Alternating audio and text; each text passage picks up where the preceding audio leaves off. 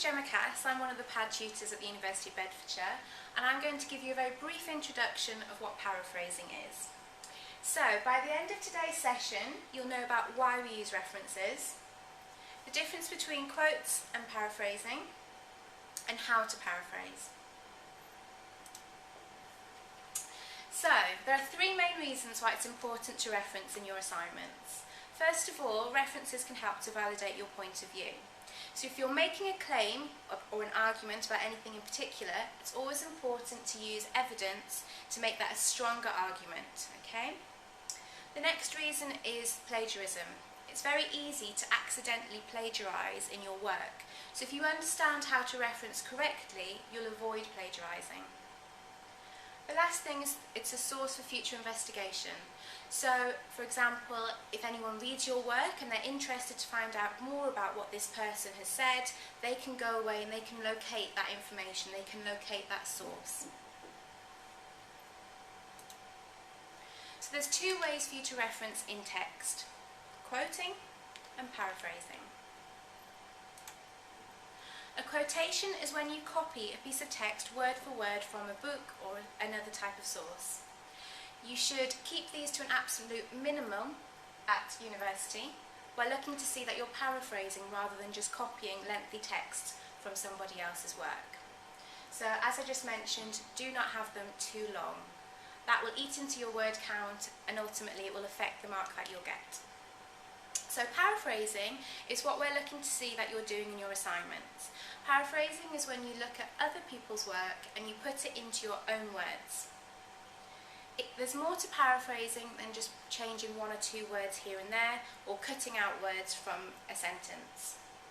It will show your understanding to the reader. So instead of just identifying that something's important and copying it word for word, you've been able to read it, understand it, and apply it to your work. So I'm going to show you an example of how to go from using a quote to paraphrasing it. So if we look at this quote here, in academic writing, it's essential to state the sources of ideas and information. Such references allow readers to refer back to the sources themselves. This next slide shows you my first attempt of paraphrasing. The original is at the bottom, my first attempt at the top. Cottrell states that in writing, it's important to state the sources of ideas. References allow readers to find the sources themselves. Okay, what do you think about my first attempt of paraphrasing? You haven't quoted it properly. It's not a very good attempt, you're right. I haven't done it properly. I've cut out some words here and there. I've used some synonyms. I've changed essential to important. It's not actually enough to do this and call it paraphrasing. At the top you'll see my next attempt. The original's at the bottom and my first attempt is in blue here. Cottrell states that referencing should always be used when using the ideas and opinions of others in academic writing so that the original source can be easily located. What do you think of this attempt? Yeah, that's much better, and you properly reference the page as well. Okay, so this is a much better attempt of paraphrasing. I'm not going to claim it's perfect, but you can see that I certainly have tried to put it into my own words and I've still got the same point across. And I've correctly referenced the author. So, once you've paraphrased, once you've put something into your own words, how do you include that in your text? Well, you need to make sure you put the surname of the author or the organisation, and you need to put the year of publication.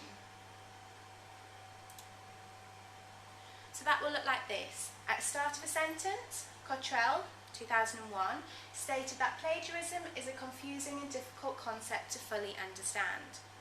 So you can see at the beginning of the sentence the author's surname goes first and the date of publication comes next. You would use a reference at the beginning of the sentence if you're planning on talking about this person's ideas further. For example, my next sentence says, this author also found that. You can see here I've referred back to Cottrell and it's obvious that I'm continuing to talk about this person. At the end of a sentence, it would look like this.